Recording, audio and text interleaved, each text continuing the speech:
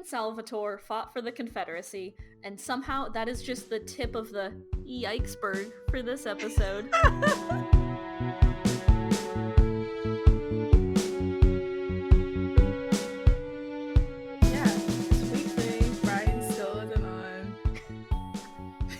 Welcome to Afterbite, a Vampire Diaries fancast that we promise is hosted by 3 people sometimes. Maybe not right now, though, because Brian is buried 6 feet deep under Disney World. Yep. He's just dead, folks. Wait, what if people who listen to this and don't follow us literally think that Brian is a made-up person and we just made him up? Like, oh my god, what if Brian is a figment of our imagination? Is Brian real? Hey, Jordan, do we have any confirmation that Brian is real? We don't. We have zero confirmation. The only like thing we have is like the like conversations we've had with him on Twitter, and then that one promo we filmed, but that could have easily been AI. You know what I mean? Yeah. Hey, maybe Brian is a deep fake of the entire Legacies fandom. Wait, maybe he's a bot. Oh my god. Hi, welcome to Afterbite, a podcast hosted by 2 real people and 1 robot named Brian, and the robot can't even be bothered to show up, so what the fuck is up with that? What the fuck is up with that? What the fuck is up, Kyle? What the fuck is up, Brian?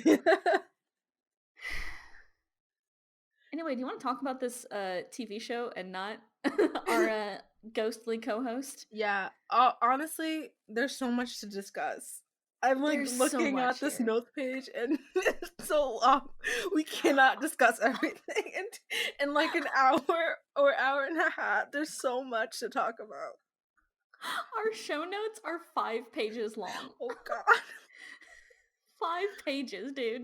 A lot happened. Honestly, I will say, these last 2 episodes, I was like, oh, I'm actually really interested now. Because before, I was like, this is kind of interesting. But, like, some episodes, I'm, like, very bored. Like, it feels like nothing is happening. And then, like, these last 2 episodes, it's, like, a lot is happening. So I appreciate that. Yeah, like, episode 3, right? A lot happened, but nothing happened. And then these episodes... a lot happened, and a lot happened. Yeah. We covered a lot of ground here, folks. A lot of So shit let's just went hit down. the ground fucking running. Let's just hit the ground running here with episode 5, You're Undead to Me. I know I said that I love a good pun. Mm-hmm. You can always get me with a good pun. Mm-hmm. You're Undead to Me is really low effort. I know at the top of the show I did make a pun involving Yikesberg, but You're Undead to Me? Yeah, it's fucking weak, y'all. It's low-hanging fruit, honestly. Because it's like, usually it is! A good pun is like a mashup of 2 words that works up like very perfectly and it makes sense. So this is just like, I inserted this is already a sentence and now you just gotta make like some type of like revelation due to the fact that it's like undead. You know what I mean? It's very lazy work, I will say. Low effort. And coming off of Friday Night Bites, too. Like, come on, you guys y'all. could have done better. We've seen you do better. Anyway, enough roasting the writers. Or maybe not, actually. Maybe not. We're never done roasting anybody who worked on the Vampire Diaries. Hey, Jordan, do you want to hear the plot blurb for episode 5? Yes, please. Stefan is hopeful about his plan to get rid of Damon and decides to reveal parts of his past to Elena. Bonnie seeks advice from her grandmother. Here's my gripe with this plot blurb. Uh-huh. The A-plot, obviously, of this episode, right? The overarching plot here is Stefan trying to get rid of Damon. Mm-hmm. And a lot of other little, like, feeder plots come into this one overarching Stefan v. Damon plot, which is the entirety of TVD, right? That's all it fucking is. Yeah. The B-plot is not Bonnie seeking advice from her grandmother. Bonnie seeking advice from her grandmother happens in the last 5 minutes. This is another example of the person who made these descriptions for Netflix. Saying, the Netflix intern said no. That's it. He said, I don't want to watch the rest of this. I'm just going to watch the end for what happens in the end. in the beginning or middle for what happens in the middle. And you guys are just gonna have to trust me. It's the first 5 minutes and the last 5 minutes, and that's it. That's all it is. Netflix. Also, the fact that this plot point, like, decides to reveal parts of his past to Elena, I just realized they literally do that for 2 episodes. Because from the first episode, he's like, here's my past, but also not really my past, because I'm a vampire and you don't know. And then in the next episode, they're like, here's my past now that you know I'm a vampire, and here's some more context to what actually went down. There's so much past here, and I get it, but damn. Okay, so let's just talk about You're Undead to Me here for a second. Mm-hmm. This episode opens on Damon in vampire jail. Mm-hmm. He's in the bad leaf room and he's suffering for it, and I am so thankful. Bad leaf room? He's in the bad leaf room. That's the best description of that room ever. I love it. He's in vampire jail, and Stefan in the beginning of this episode is framed really uniquely as this kind of dark angel of death, really, mm-hmm. because you see the brothers very much switch places, whereas in earlier episodes, right, they use a lot of lighting on Damon so that you can't see his entire face, like part of his face is obscured. And Stefan's usually you see fully in the light, but in the beginning of this episode, Stefan's face is really obscured by the darkness. Mm-hmm. And I really think that's an interesting choice that they made to they're kind of just like hitting you over the head with that good old, hey, they're switching places now. Hey, this brother's turning bad.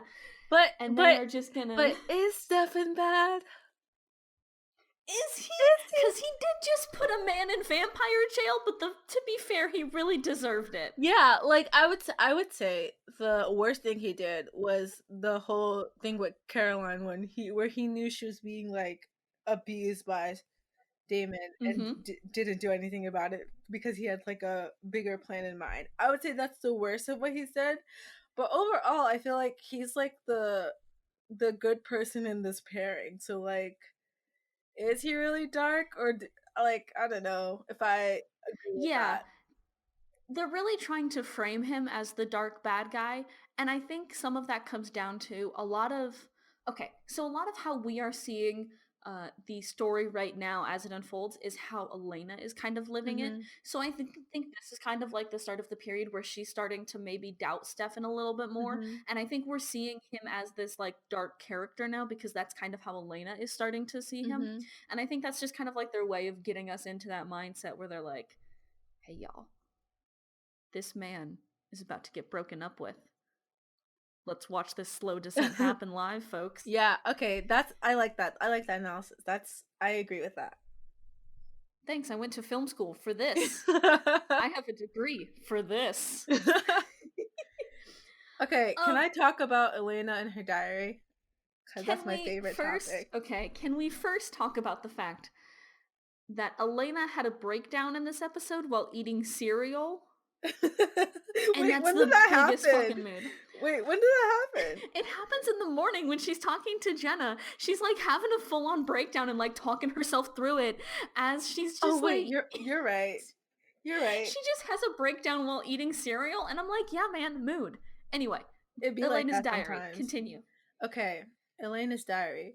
In the first clip where she woke up and she was like considering writing her diary and then decided not to do it, I was like, yes, Elena, don't write in that diary.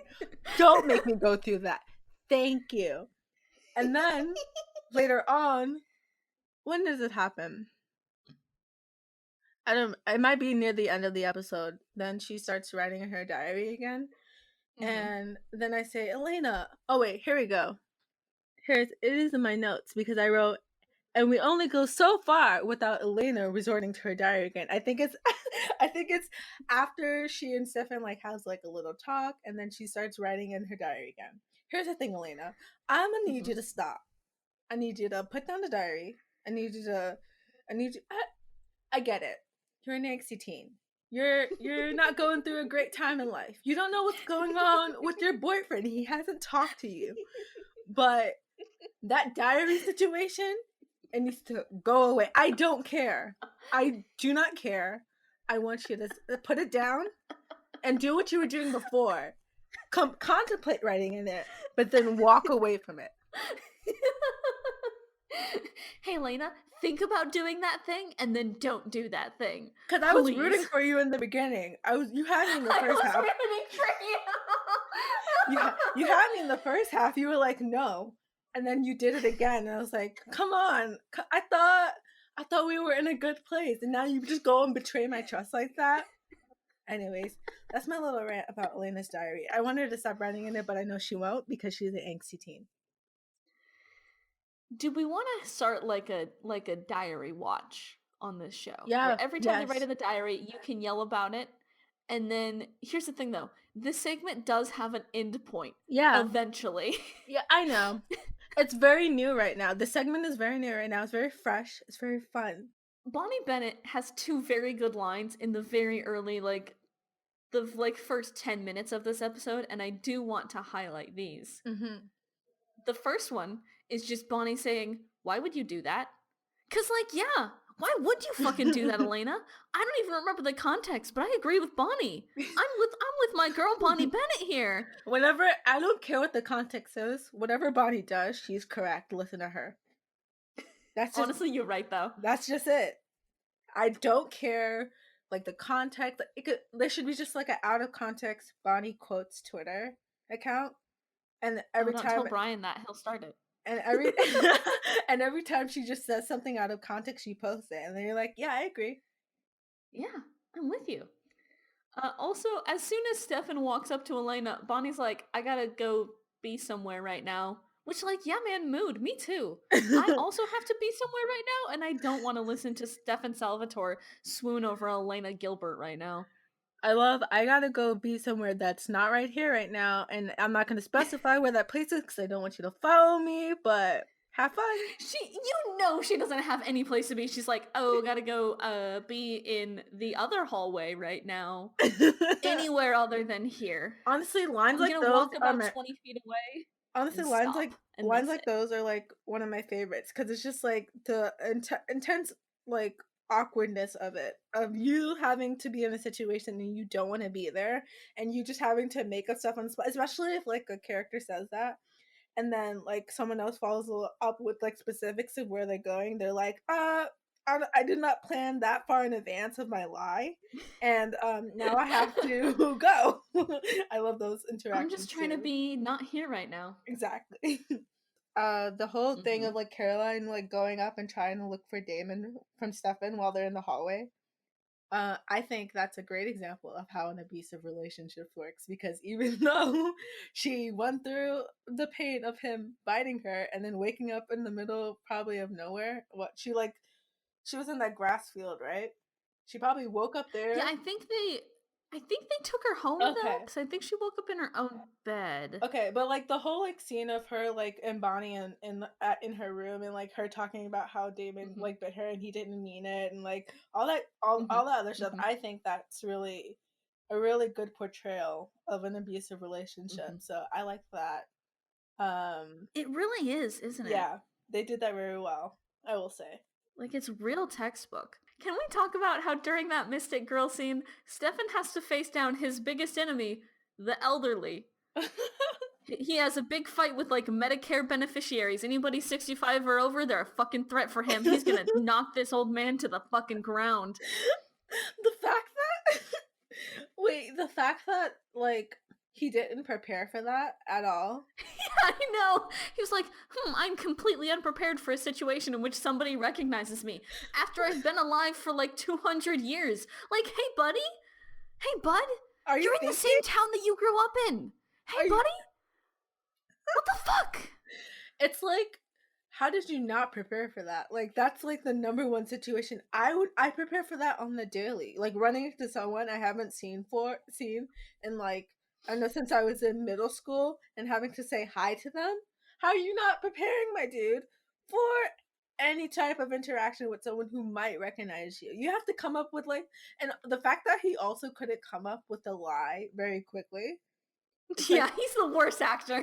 I love him. It's there's so many things you could have said, in order to say why you look. Oh, you might be thinking of someone else who looks exactly like me. You might be thinking of someone. You like that often happens.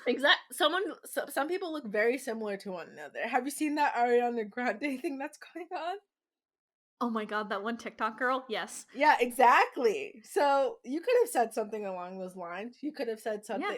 You could have said something like, "Oh, you just might be thinking of my family jaw." Exactly. You might be thinking of one of my ancestors, but that's not me. But this man you might be thinking of my great uncle Stefan. Exactly. But this man literally could not think of one thing. I was like, okay. Also, in the Mystic Girl scene where Matt and Elena are playing pool, when Elena's like, "Oh, like, do you think Stefan's a good guy?" And the first thing that comes out of Matt's mouth is, "He's great at football." Matt, that's not a determination of character. What is that? Talk about Matt says a lot of really wild things there. Matt's like, "Oh man, he's good at football. Like, he might be a nice dude, or he might be a serial killer and keep a clown suit in his trunk." Hey, Stefan Salvatore just wears his clown shoes with pride. Don't regale them to the trunk. One of us. One of us. Yeah, that's pretty buck fucking wild, dude. Matt seems like the most clueless person out of the entire like Vampire Diaries universe currently. Like, he just seems like he's like out of touch with anything and everything. I will say though, the fact that he's like ribbing like Elena about playing pool and like letting her make the first like to like rack it up and then break it. Yeah. Like, that's like kind of good. You can kind of see the friendship there. Yeah. You can see it kind of like starting to shine through. You're like, oh yeah, you were once best friends. Yeah. I get that. Hey. Yeah. As they're making dinner, or as Stefan is making dinner for Elena. Not really making dinner, just takeout, just like before. No, wait, no, they did. He made her dinner. He made her garlic bread. He did not make dinner. Hey. That's dinner to me. Not, and you know what? Elena has depression. That's a full ass meal. Wait, you know what? And so what's going on in my head in this scene? They're like, they've got the chicken parmesan that they've taken out, they've gotten as takeout, and now are putting on plates to act like normal people, right? And in my head, they're not even like making like garlic bread from scratch. They got one of those store-bought garlic breads from the grocery store, and they're just adding pieces of garlic and like butter on top to make it more flavorful, and then putting it in the oven. That's what's going on. I don't see them actually making actual food because of the fact that when Elena invited Stefan and Bonnie over for dinner, she just had takeout again. I don't believe they know how to make food. Hey, I believe Stefan Salvatore knows how to make food, but I also am deeply offended that you roasted my store-bought garlic bread tack like that. I'm trying my best here, Jordan. I'm trying my fucking best. I'm not even roasting you because that's how I make garlic bread. I'm not even roasting you. I'm talking about a shared common experience that we all had. That's what's going on. This is a communal thing. Anyway, tune into Jordan's cooking show. Where she just tells us how to make hacks with store-bought products. Yeah. There we go. That's my cooking show. And it's really useful because sometimes people are on a budget and they can't be buying everything, you know? Sometimes a bitch is on a budget. Hey, can we also talk about how at one point Elena's like, "Yeah, I'm having hallucinations," and then Stefan's like, "That's very cute of you." Hey, Stefan. Can you not? Elena's just like, "I have a mental illness," and then Stefan's like, "That's cute." Hey, buddy. Hey, bud. Are we fetishizing mental illnesses now? I'm so confused as to what that like turn of phrase was supposed to mean.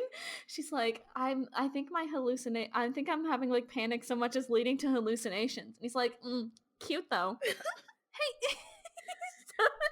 I know you're trying to deflect from the fact that you're a vampire, but I need you to not do that. That's not the way to do it. Also, the fact that Elena just like got a cut and then he got a little blood on himself and he started turning into a vampire. How long did Stefan think this was gonna go on for?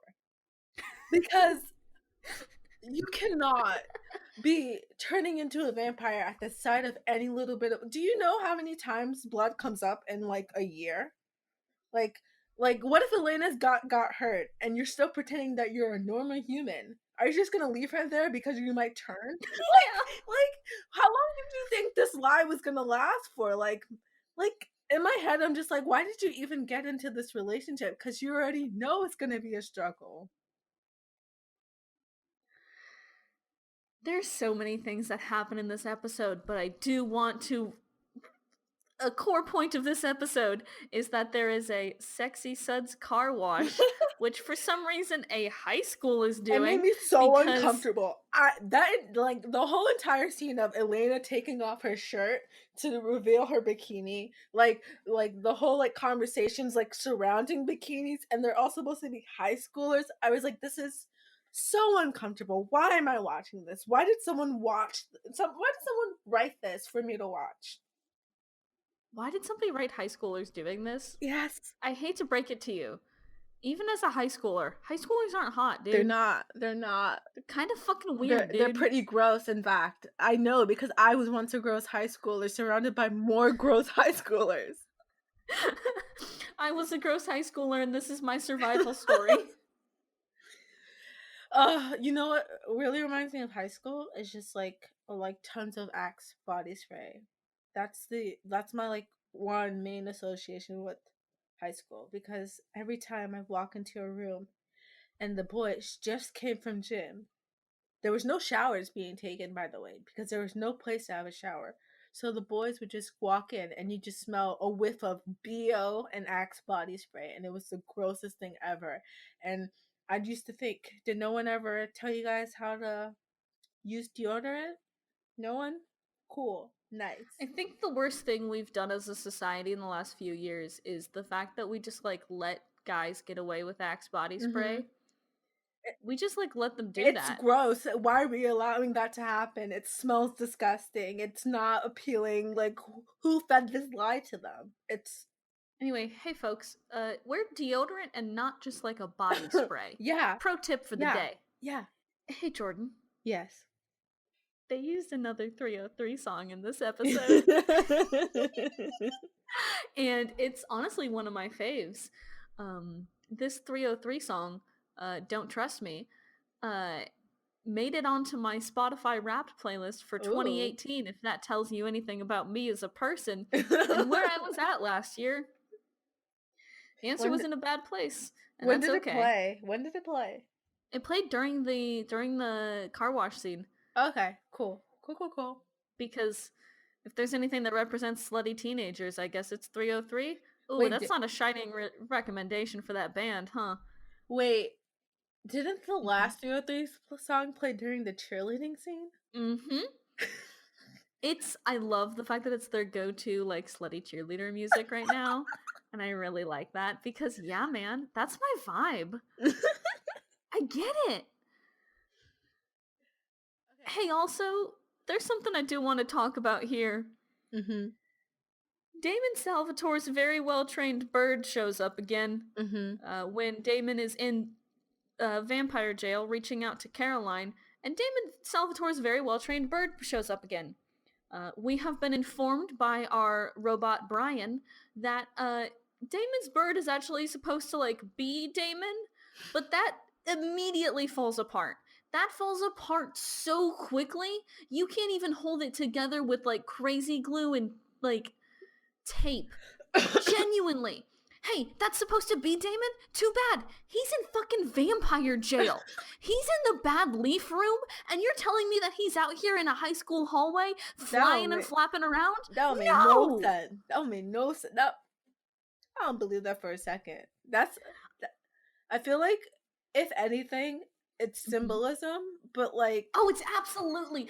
I mean, you can call it what you like. It's a bad holdover from the books, and like, we get it, right? But like...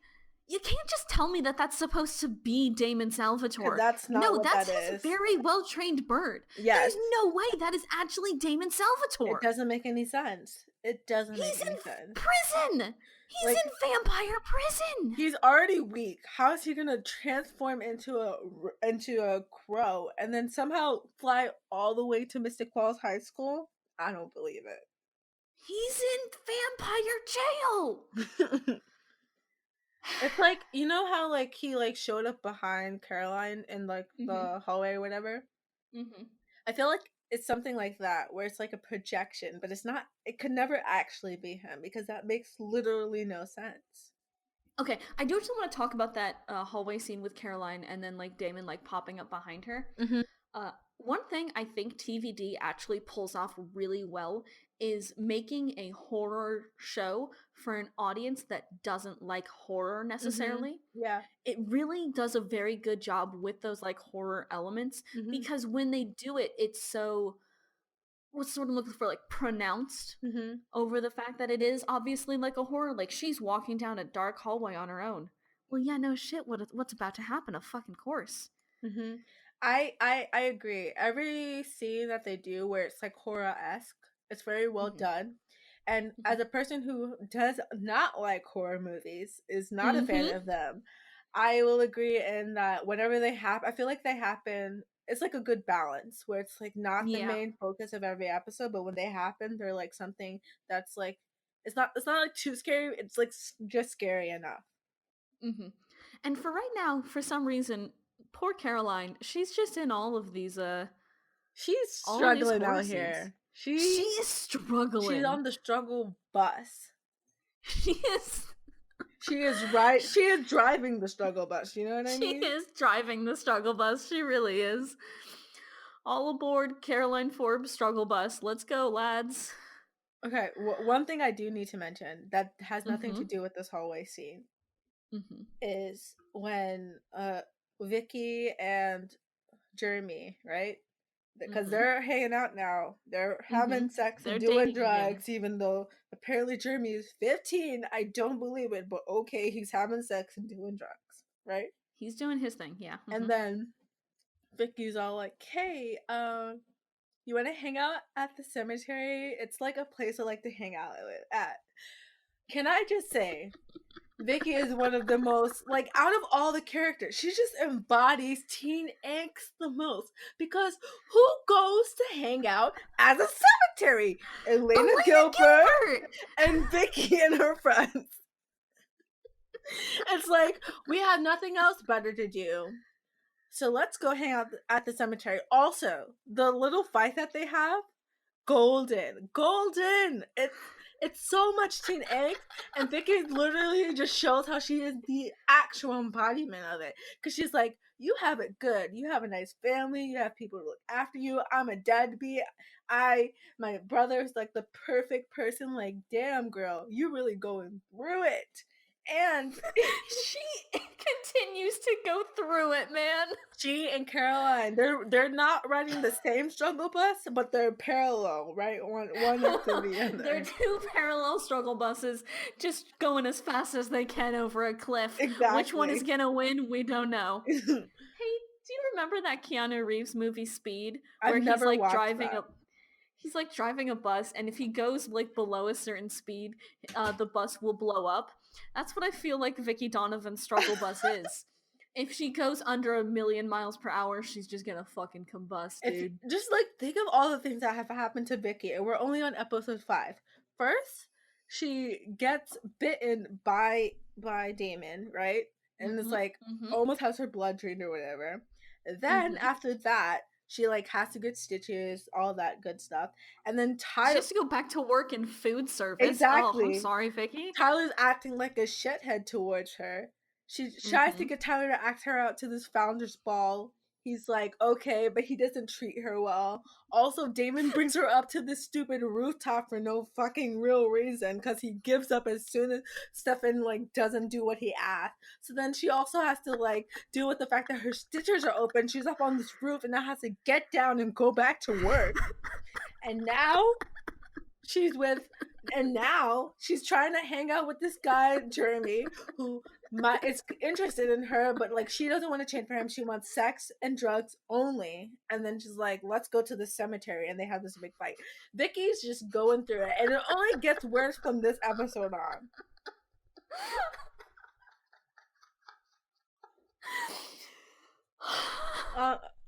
If I was any like if I'm thinking about it now, literally every woman in this show is just going through it. They're all on. They're a fleet of struggle buses, honestly. And like, I don't know exactly how I feel about it, just because of the whole like, do you need to have trauma for women in order to make something interesting argument? You know, like what? The answer is apparently yes. Yes, and I don't know how I feel about that, but also like, then I think about legacies and how much like Hope has been through so much trauma. And it's like, wow, the women in legacies, they just are constantly going through it. And like, I guess we're okay with that. I guess. Hey, at the end of every season of TVD, I just want you to kind of, what I want is for us to make a ranking of all of the characters who have been going through it the most. And I want to make that definitive ranking for each season because I want to have to summarize each character's story because, wow, there's a lot that goes on. There is a lot that goes on.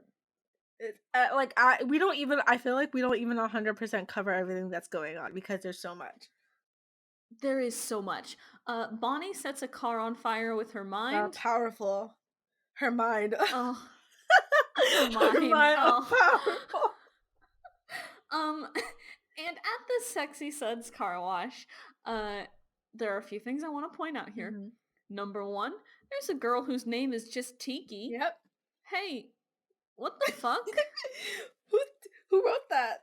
I want to know. I want to have a little talk with them. I want to square up. Wait. Do you remember that? You know that meme where it's like, I was at this place and the celebrity was here, and then someone shouted something inappropriate at the celebrity, and then the celebrity took the person out back and shot. Yeah. And I heard a gunshot. But it was unrelated. That's you with the writer who named her Tiki. I heard a gunshot, but Jordan said it was unrelated. It's fine. Also at this Sexy Suds car wash, all the girls are wearing bikinis. All the guys are still wearing shirts. Yep. Hey, men. Yep. The bar is still the floor, huh? Yeah. And especially with Stefan and Elena. Because first Elena says, Stefan, take off whatever you have. And then Stefan's He's wearing a hoodie. He's wearing a hoodie, a t-shirt, and an undershirt. Exactly. Hey, bud. Hey, I know you can't have a heat stroke, but like, are you good? and then especially because they're in Georgia, right? Yeah. Well, they're filming in Georgia. Their location is in Virginia. Okay.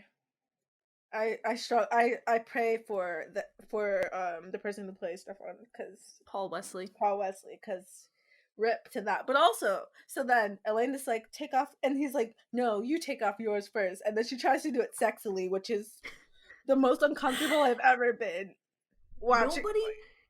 Nobody can take off a long sleeve shirt in a sexy way. But also, she's a teenager. Why are you trying to take things off sexually? There's so much wrong with this TV show. And then Stefan's like, okay, I'll take off mine. And then he's like wearing a tank top underneath. And he takes off his hoodie to reveal just like a gray crew neck t-shirt. And I'm like over here like, that's not the same thing. Those are not equivalent. Those are not equivalent. What was this interaction? I feel like every day we stumble a little bit closer to the Galaxy Brain take that maybe the show's been a little sexist all along. Yeah. Yeah. And I feel like every day we are on Vicky's bus just hurtling towards that that realization. Yeah, there's a lot of problematic stuff that happens in the show. There is so much. Anyway, also at the Sexy Suds car wash, Elena meets Stefan's enemy, an old man, again, and he reveals to her that same old man. This elderly man is just absolutely Stefan Salvatore's greatest enemy right now. The fact that the first thing that catches Elena's eye is that she's like, he's like, his uncle, whatever his uncle's name. Let's say his uncle's name is John. She's like, his Uncle John. She's like, but isn't his Uncle Jack? That's like where her mind goes. And I'm over here. People can't have more than one uncle. They have to only have one. Elena, do you not know you have an aunt? Do you not know how like it works? Like, do you not know how siblings work, how family relationships work? Like that shouldn't have caused any suspicion. You should have been like, oh, he just has another uncle named John. But no, that's the first thing that jumps out to you. Not the fact that sometimes when you look at Stefan, like his eyes look weird, or like he like reacts weirdly when blood's around. No, the first thing that jumps out to you and makes you question things is the fact that he might have like another uncle that you don't know about, and he hasn't told you about that yet.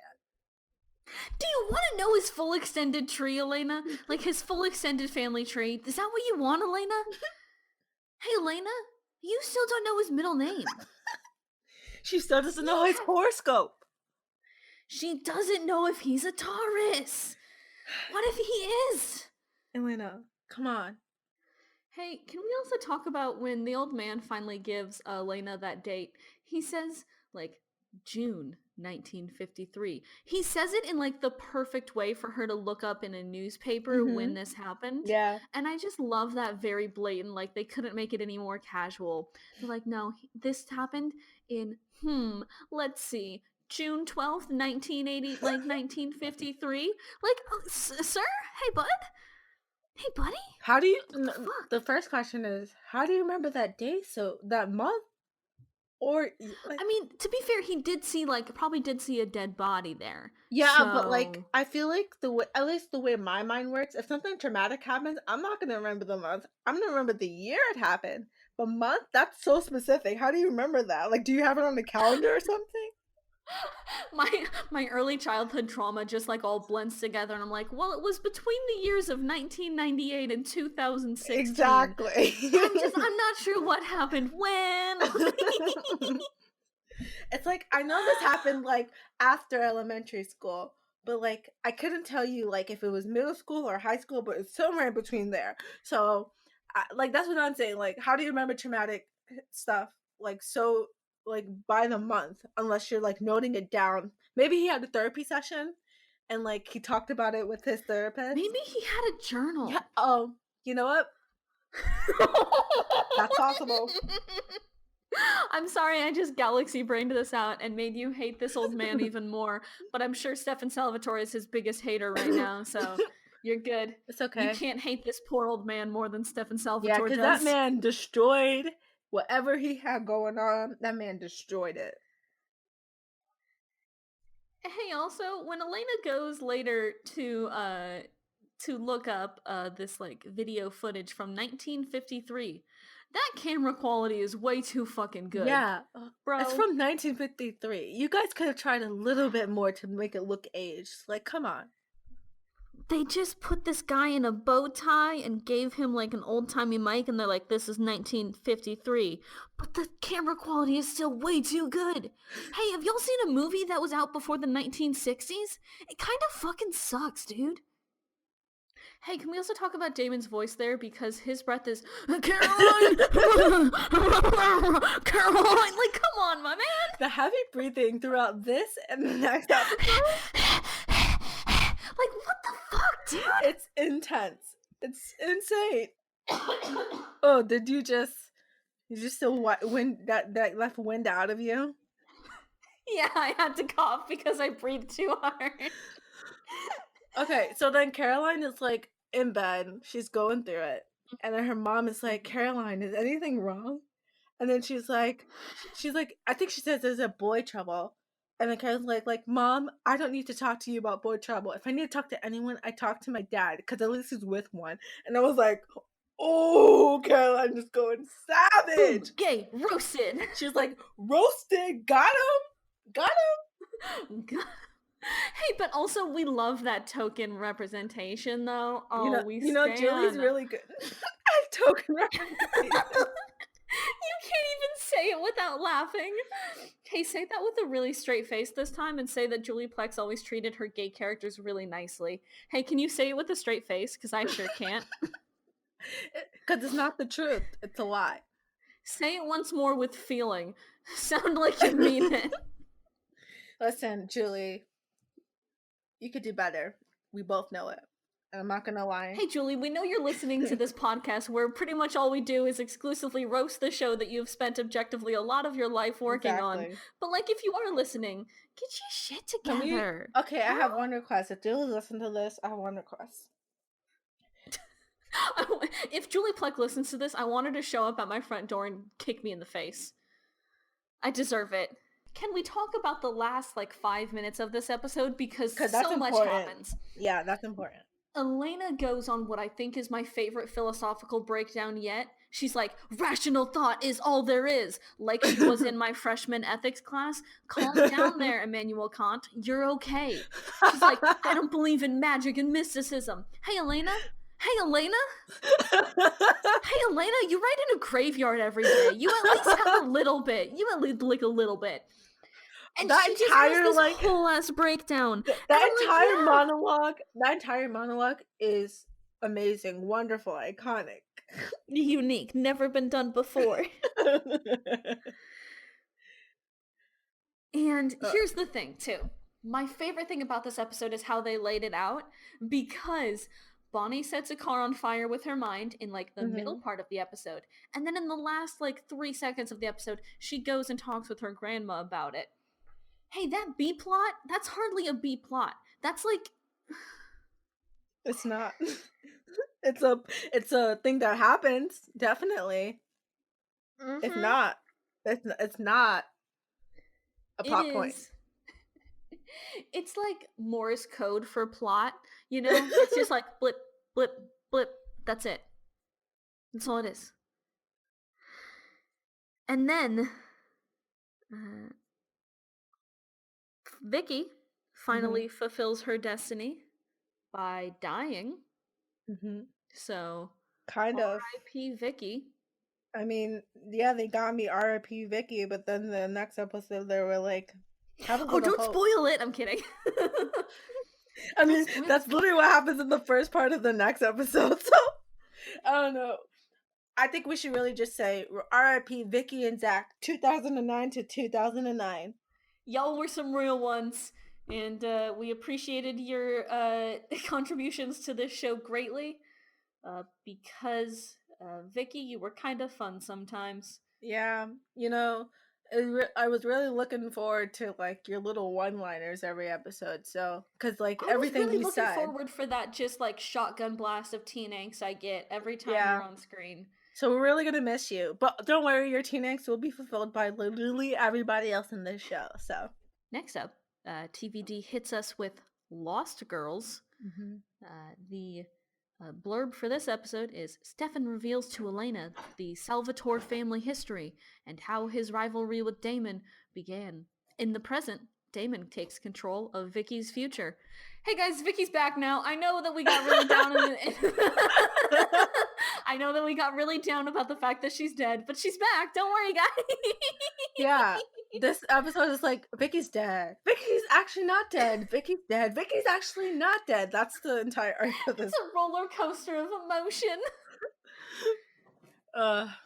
I love how the beginning of this episode, not even in the recap part, the beginning of the honest to God episode just rehashes Elena's breakdown. It's great. It's amazing. I love it. It's wonderful. They're you don't need to know anything else. This is the only part of the episode, the last episode, that actually matters.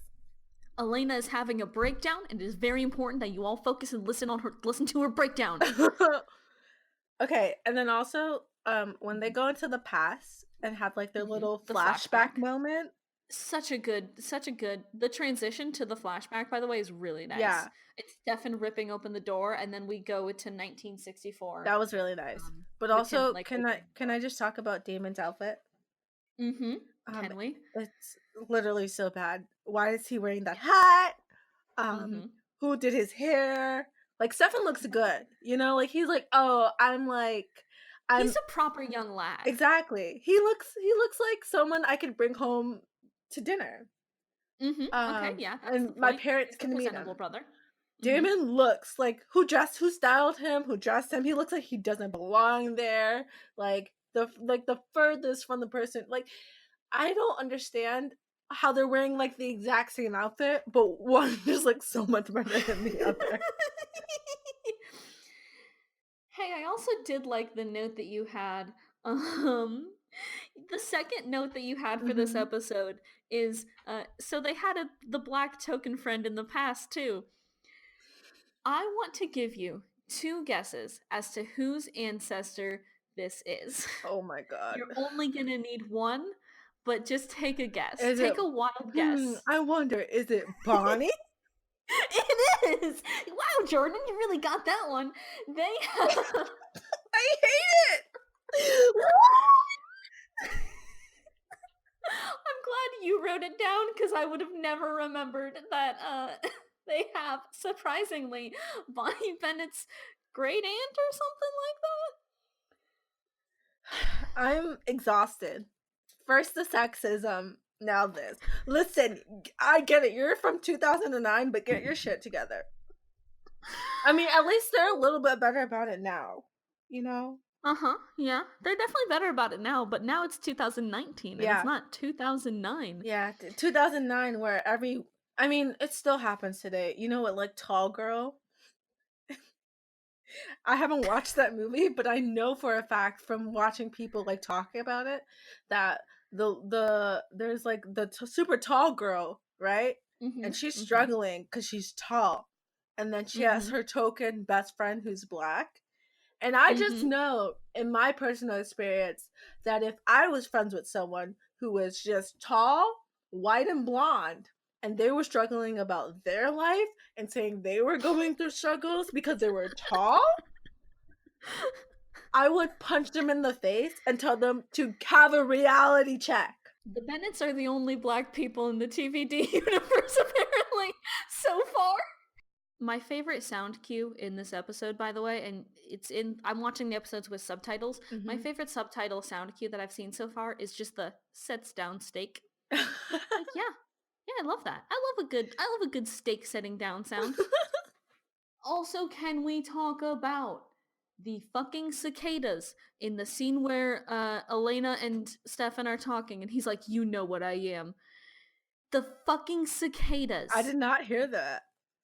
Oh my god.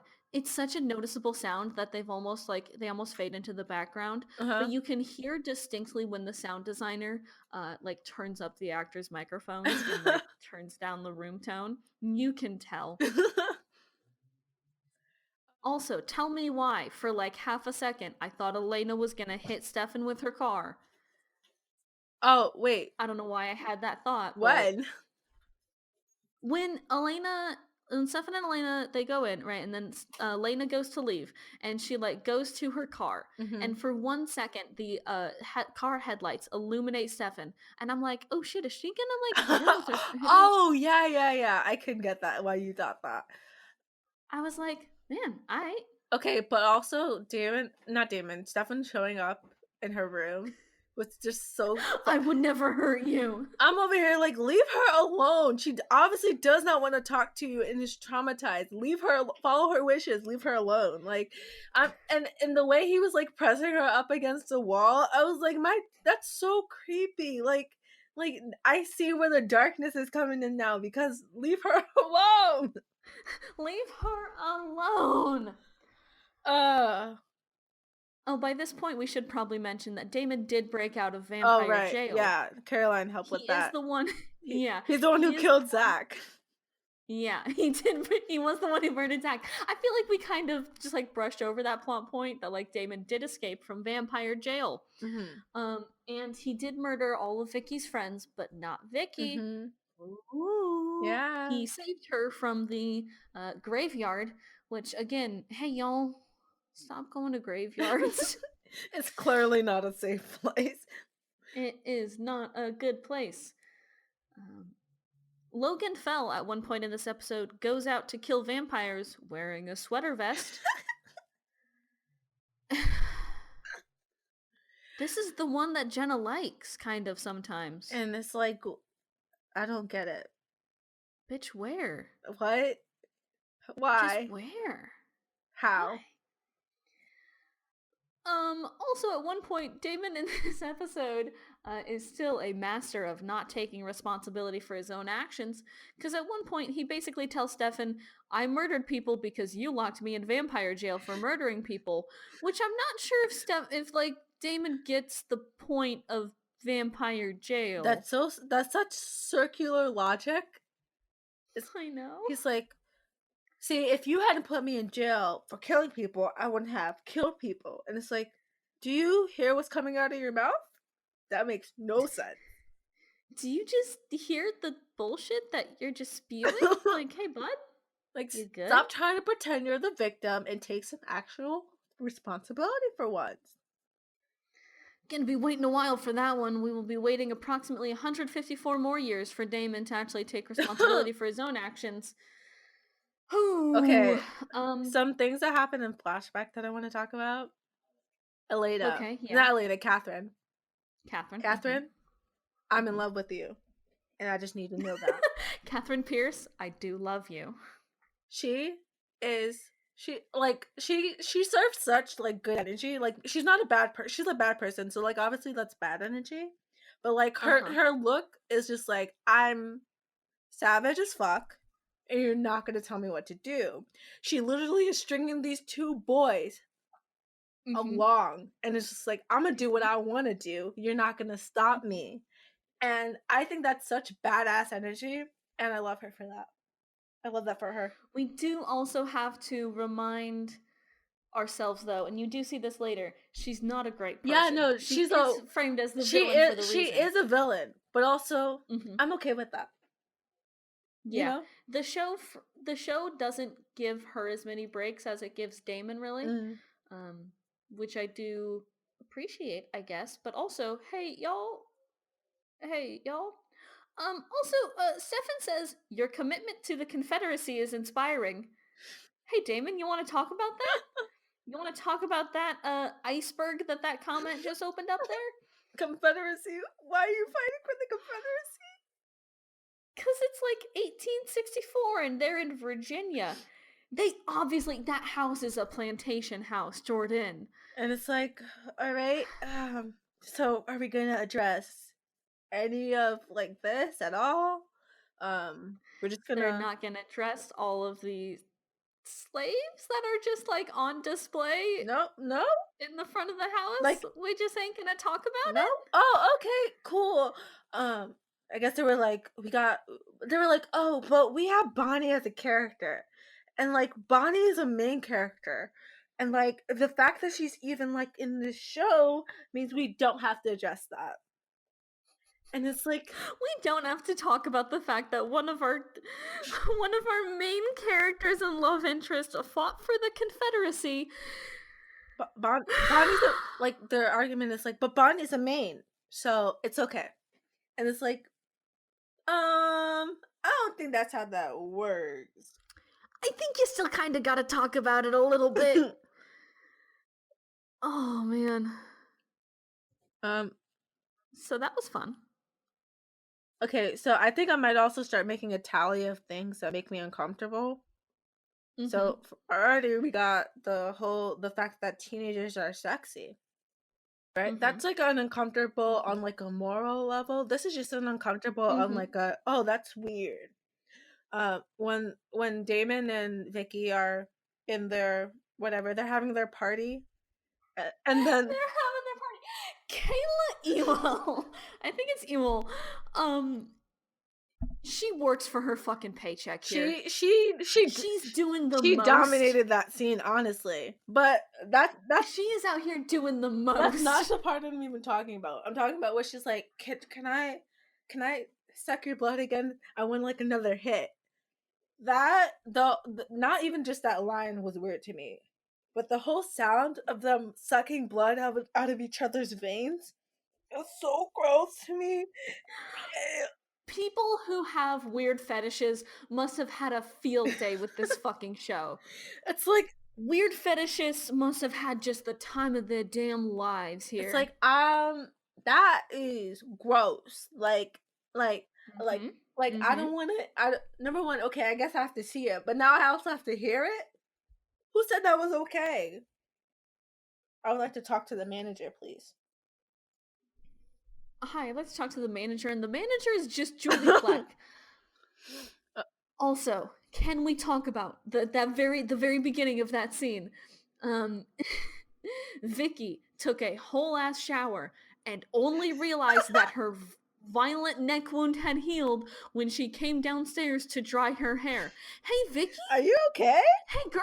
What's going on? Hey, Vic? It's like, I also noticed that, and I was like, oh, okay. I guess that's normal? Interesting. Did you not, like, notice a lack of blood that was going on in the shower? Like, did you not, like, put a hand to your neck at some point? No? You just, oh, okay, sure. Not even just, like, aware of how your own body feels? Kayla, I think it's Ewell, is working this scene. She is doing the Honestly, most. I wanna Ian is doing the rock I bottom. wanna give her a standing ovation for this scene. Her, like, I her really do. dancing around and saying Here, saying all of her lines, getting on the floor for this scene.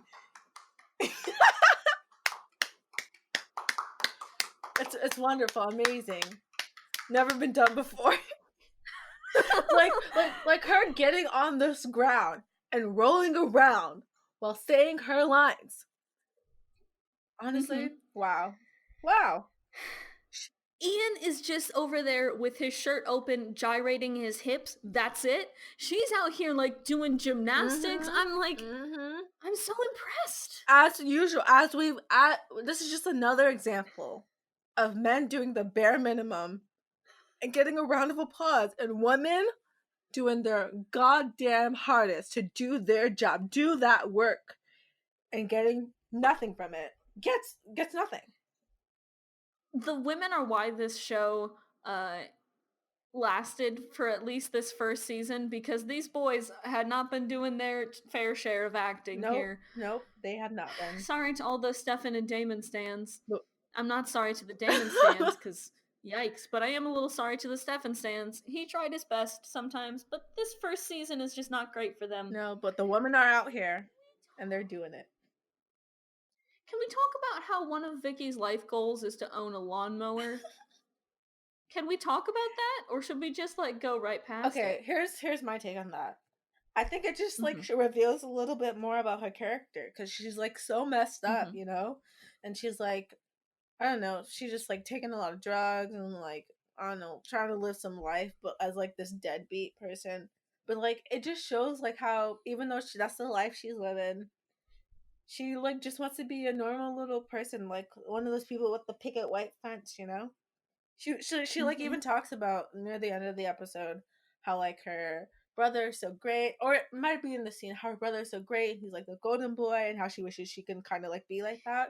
So like he's gonna grow up and own a lawnmower someday. Oh. So like it's kind of just like, oh wow, you can really see from this scene like, oh, she like acts like she doesn't care and that she's like this cool person and like just wants to do drugs all the time and not give a damn about the world. But in actuality, I feel like she wants a normalcy too, and she just is unable to attain it for some reason. Maybe like it's like a mental block thing where she like doesn't think she deserves it or can get it, but like she really does want it. Damon at one point says to her, "You don't have one hint of self-esteem." And like, damn bitch, me too. You ain't fucking special. Honestly, we're all out here surviving on the bare minimum. Honestly, like Damon literally, like, I think it's insane how like he just like, oh, you don't have any self-esteem, so then right on the spot I'm just gonna kill you because it doesn't even matter. It's also wild to me because Damon is a straw man built up of like sarcasm and smirking, and that's his self-esteem. Like, hey Damon, you don't have any self-esteem either, bud. Like, the only thing you do all day is try to convince your brother to be to drink human blood. That's all you do all day. Come on, guy. And so Vicki at this point, once she turns back into a vampire, stumbles home, because fuck being around Damon Salvatore longer than you have to be, am I right? Yes. and stumbles in, eats the Gilberts out of house and home of like their real human food that we didn't know that they had Because they before. always are eating takeout. Which I mean, like, I get it, dude. Me too. Stefan kind of clocks her right away, and he's like, "Ah, shit, I'm gonna try and save her." Spoiler alert, he doesn't. But also, Matt comes over at one point to help Jeremy in dealing with Vicki because she's just like wilding out because she's a new vampire. Matt comes over. He's wearing like a polo shirt. Why does Matt Donovan, cool high school dude, wear polo shirts? They're in Virginia, so that explains it. Wow, fuck you to the entire state of Virginia, apparently. I mean, I feel like the polo shirts are very preppy, and they're like seem like they're in a rich part of Virginia. So, okay, honestly, yeah, that's fair. That's fair. okay, can we talk about the flashback scene to with Catherine and like that whole story that happens? Okay, yes, we should probably go back and kind of like circle around to that because there is a flashback scene in which we see Catherine with both the boys, and we also see Catherine having sex with Stefan. Which the way that they cut that scene is really confusing to me. Cause did you notice the almost like YouTube like jump cutty style they did with all like the breaths that she had?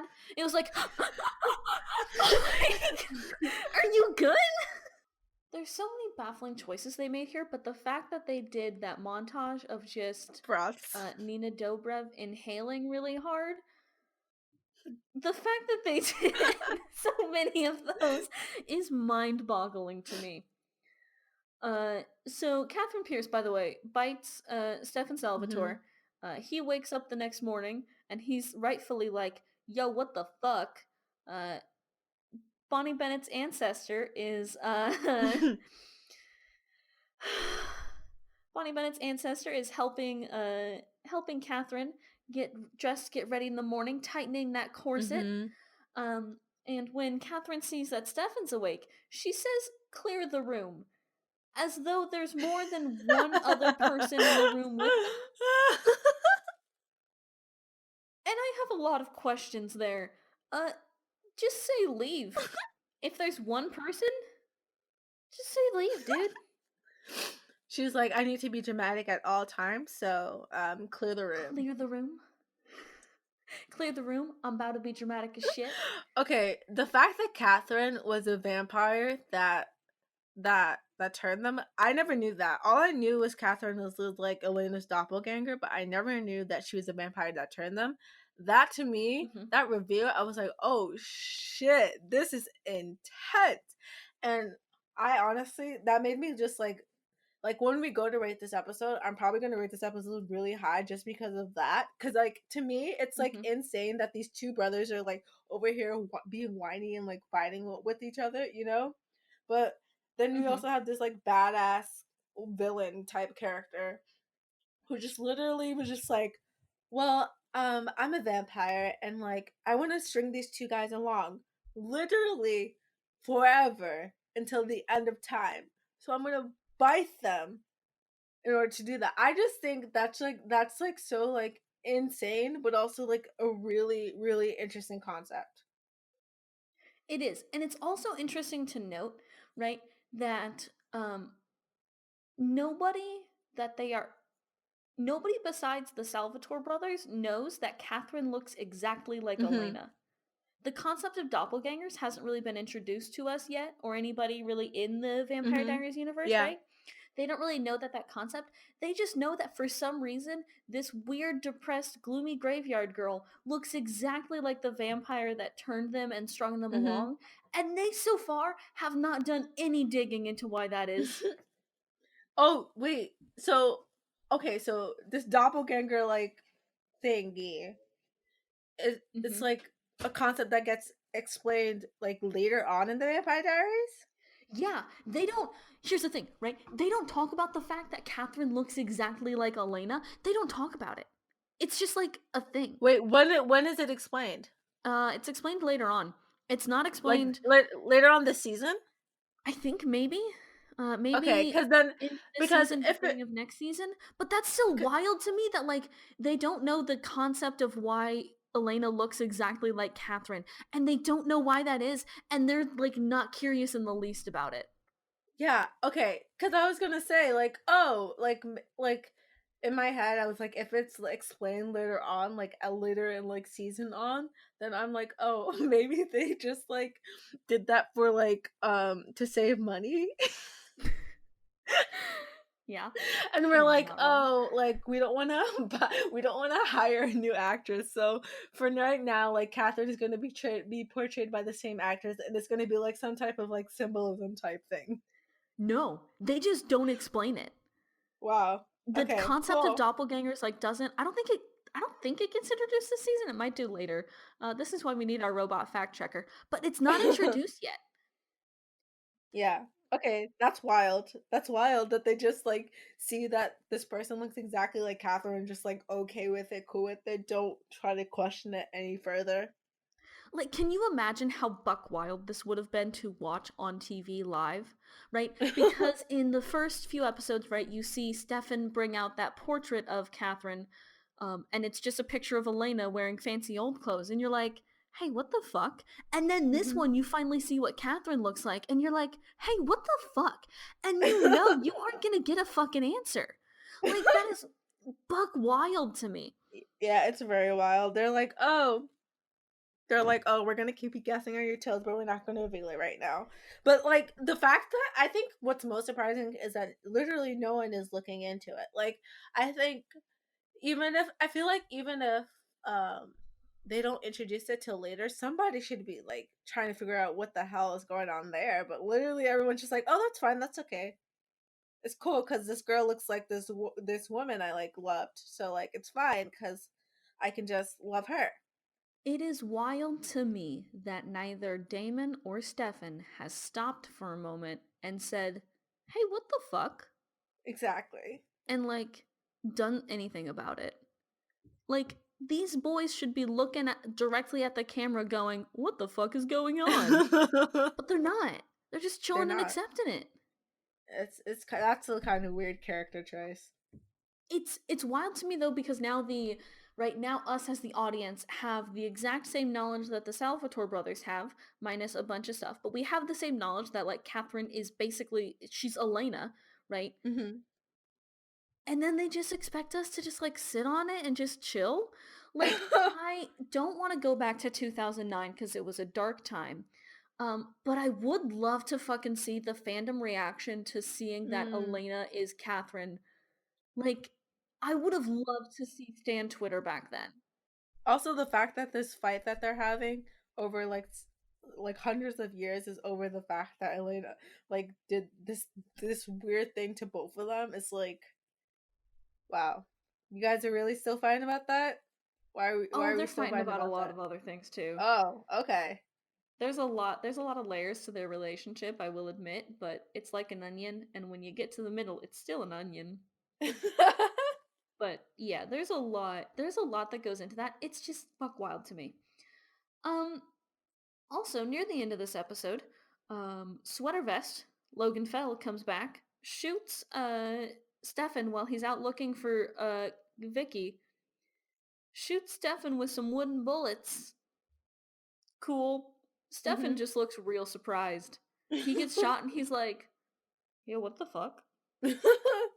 Also, boy, I'm so sorry. That shirt looked really good on you, but now it is ruined forever. Yeah, It's a unfortunately, light it blue is denim ruined. shirt with blood all over it. You're not getting that out. Rip, rip, rip, rip. I would like to talk about Vicky Okay, yes, let's talk about Vicki. and the last scene she has with Stefan when they're in the forest.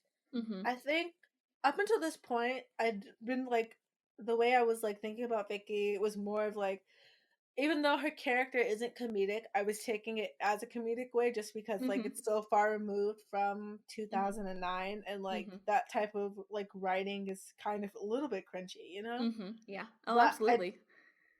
but I do think like in this last scene she has with Stefan, like it really made me feel like sad for her and like really like I don't know, it's just like she's like had been going through all this stuff and it just does not get better for her. And then she's like, oh, now I have to make a choice whether or not to drink human blood or just like die.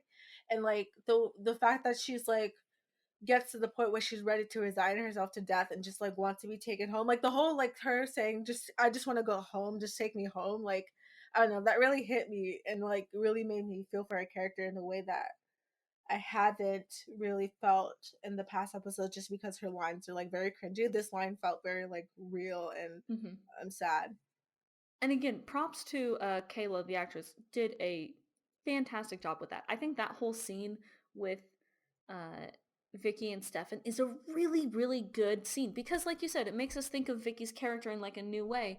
Because up until now, she's been treated as a fucking joke, and now Mhm. she's just like, I just want to go home. She's just done, and Mhm. you're like, oh God, shit, Vic. I Yeah, it just really made me feel for her and like I wish you for the first time in a while I've I feel like I felt something for a character and like felt like really like saddened by their like unfortunate circumstances that they have literally no control over. mm-hmm. And it's so they make you do it is a roller coaster of emotions when you're on the Vicki Donovan struggle bus express. Mhm. But this is just like it feels so final and like the end of the line. And Exactly. And then then it's not. it's not. And then Stefan stands up and he gets shot. And then Mhm. Sweater Vest walks out of the woods. Like shit, man. Damn, they really And did then it to when me. she yeah, and then when she like feeds and then like runs away, you're like, "Oh my god, you're now you're going to have to deal with this whole new set of problems."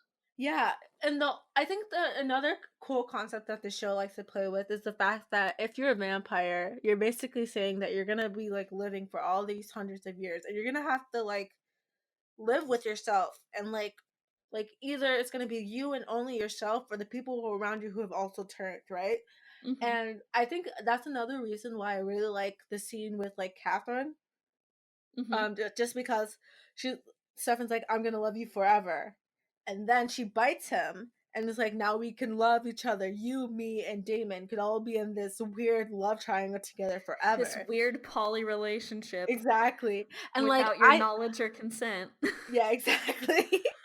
And I think that like the whole finality of it, of the fact that you're gonna have to like be with this person literally till the day like like for like probably hundreds of years until somehow one of you died by like this like wooden stake, right?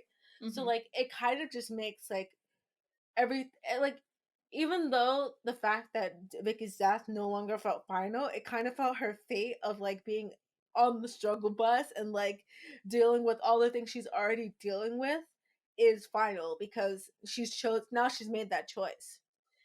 This episode I think is a really good like exercise in finality and the taking away and replacing of the end Mhm. basically because Yeah. when you get out of the last episode, right? When you get out of you're undead to me. You think, "Oh, this is the end for Vicki Donovan." And then Mhm. immediately picks up and you're like, "This is not the end for Vicki Donovan." Mhm. And then it feels like she kind of like comes to peace with her choice and Mhm. she's like, "All right, this is the end. That's fine." And then it's not. Yeah. And that's echoed with, you know, the Catherine bit and Mhm. um with Damon too in the last episode. He was dead and he was as good as dead and then he wasn't and then he was and then he wasn't. These this episode just serves as a really like unique study in finality in the Yeah. Vampire Diaries universe in And that I there think is it none. also kind of sets up the idea that nothing is ever truly final, and everything you do will eventually like have some sort of repercussion or like, or I don't know, somehow affect you in some sort of way, which I think is really cool. I think it's also really good like it's really good for a TV show to have that kind of expectation, right? Where everything is final but nothing is final if you get what I mean. Mm-hmm. And I think that's really good and that's kind of why you could make TVD last for 8 seasons because they Mm-hmm. didn't set anything in stone. They were like, yeah, this character's dead. They're going to come back in 12 episodes as a ghost or some shit. That's fine. Exactly. And like I think that's probably what makes it have that's like one of its strengths, honestly, because Yeah. I feel like with a lot of TV shows, when they decide to bring someone back from the dead, it kind of feels like you've been cheated in a way, because everything feels so final, and it's not like there's no expectation that nothing is ever final. So Mm-hmm. like when someone comes back from the dead, you're like, oh well, I kind of like, I get it. They come back from the dead, they've never really died, but it kind of feels like, oh, you kind of like took something away from me. But I feel like now that the Vampire Diaries has set this up so early on in the show that literally nothing is final, people can come back from the dead, it kind of makes it so like, oh, okay, maybe like when someone dies it still hurts, but it's like, oh, but maybe I'll see them again in the future, so it's not that bad in the as it could be. Yeah, and I think it's really good of them to kind of set this standard up early, that they are gonna play with the finality of stories, right? Stories are gonna end, and then they're gonna be dormant for a while, and then they're gonna pick back up again, and that's just how like this kind of cyclical nature of this TV show works. Mm-hmm. And I think it's really good that they set this up this early, and I think this episode is kind of a really good episode, like a really good exercise in finality in Mm-hmm. TVD. Yeah. Now though, let's fucking rank it, dude. Yeah. What's your Woo. fucking ranking for, what is this? Your Undead to Me is episode 5, right? Yeah. Okay. Hey Jay, what's your episode 5 ranking? Let's see. And again, remember these rankings are out of 10, 5 being okay, 4 being 4, 1 being the worst, and 10 being the best. This is so hard. I will say for episode 5, it wasn't a bad episode, so it's definitely above a 5 because I Mm-hmm. like enjoyed watching the episode. Mm-hmm. um just trying to remember exactly what happened. So we have the fact It's not that much. Stefan and Elena are on the edge of like breaking up, and they're like having a Mm-hmm. lot of fights or whatever. We have the Bonnie trying to figure out her powers, what's going on, and then we also have Damon in the cellar, and him trying to call out to Caroline. I think, Damon is in vampire jail. That's a good selling yeah. point for this episode that I do kind of want to hammer home. He is in vampire prison. I think I'm gonna give it a 7. I think it was Okay. good, but it wasn't great. It Okay. like kept me interested, but it wasn't like as good as like as episode 6, which I really enjoyed. You're being very kind to TVD so far. I mean, I don't think it's like a horrible show. There are just some moments where I'm just like, oh, that wasn't Mm-hmm. okay. Mm-hmm. What do you rank? What are we doing for episode 6? What do you think? Episode 6, I really enjoyed. I love the Mm-hmm. flashbacks. I think they were like one of my favorite parts of the episode, especially Catherine. I think I'm gonna like her as a villain a lot. Mm-hmm. Um, then we also have the whole Elena finding out, well, what happened at the end of last episode is Elena finds out that Stefan's a vampire. In this Mm-hmm. episode, she like really like figures out that he's a vampire and has to deal with his like him telling her his backstory. I liked that part of the episode as well. Mm-hmm. And then also the whole last scene with Vicki. It was like very Mm-hmm. powerful and like really got to me. So I would, what did I rank episode 1? Episode 1, you ranked it at an 8.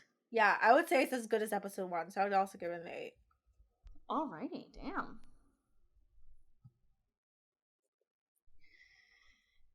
Here's the thing for my rankings, Mm-hmm. right? For episode 5, there is so much that happens, huh? Yeah, a lot happens in these It's 2 episodes. A lot happens. there is when TVD when there is a lot happening, there is a lot happening. But also when there's a lot happening, sometimes there's simultaneously nothing happening, which is a weird a weird toss up that we live with now. Yeah.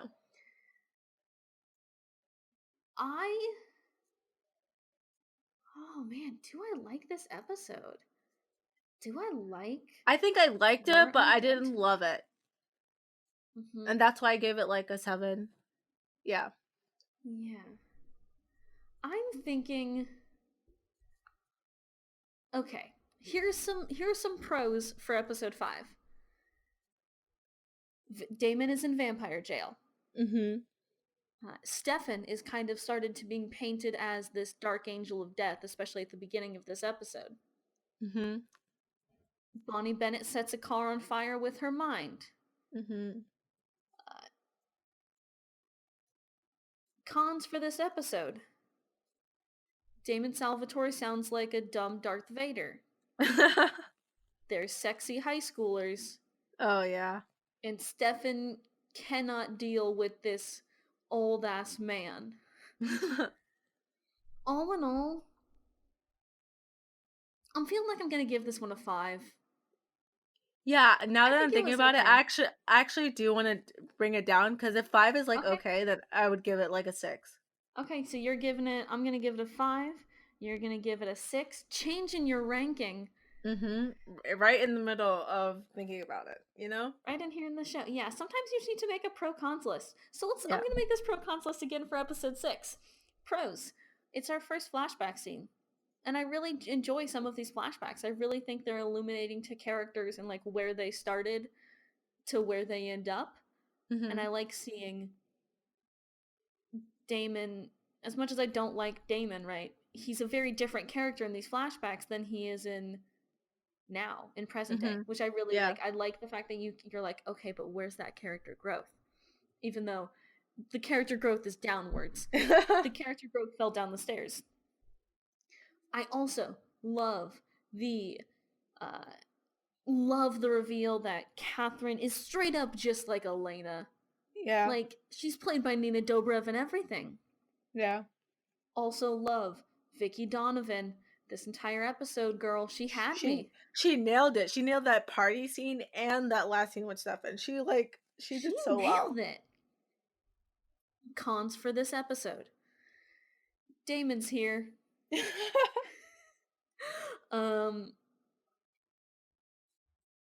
That's honestly like, man, maybe this episode's just good. Yeah, I'm telling you, it's a good episode. Damn, maybe this episode is just good. Let's see. I feel like it is also kind of like, so remember for episode 4 for Family Ties, how we both ranked it, or I ranked it pretty high because of the stakes it set up? I think I'm going to do the same for this episode because of the fact that we finally get this flashback scene and we finally kind of start to feel the weight of the world, you know? And it also kind of comes to fruition, that moment that we gave, that moment that we talked about during the night of the comet, right? Where, like, Stefan's just trapped in a cycle. And I think that really lends some, like, credence to this theory. So for those reasons, I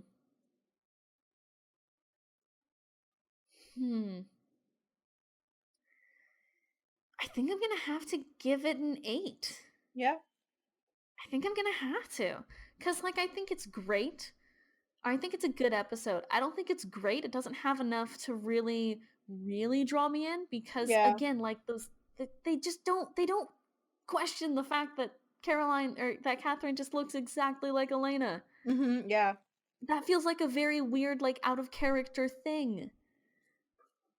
So for those reasons, I'm giving it an 8.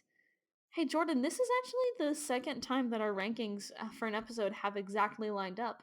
Wow. The first time since the pilot. Wow. So every 6 episodes, we're gonna somehow reach critical thought and make the same. I feel like the first 2 episodes it was like very critical, a lot of laughs. And then the next 2 episodes were like very boring. So it was more laughs.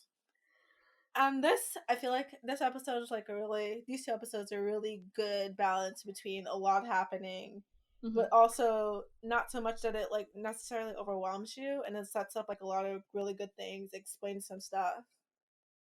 I think it's a good episode. I think it took them a while to kind of find the balance they were looking for, and I think they've started to kind of find it now. I'll be interested to see if they can like keep it now that they've kind of found a good balance for them. Like once you find your stride, how are you gonna keep it there, you know? Yeah. Next week we are gonna be getting hit with Haunted and 162 Candles. Ooh, interesting. I have no idea what those episode titles mean, honestly. I hardly remember this season, I'm not gonna lie to you.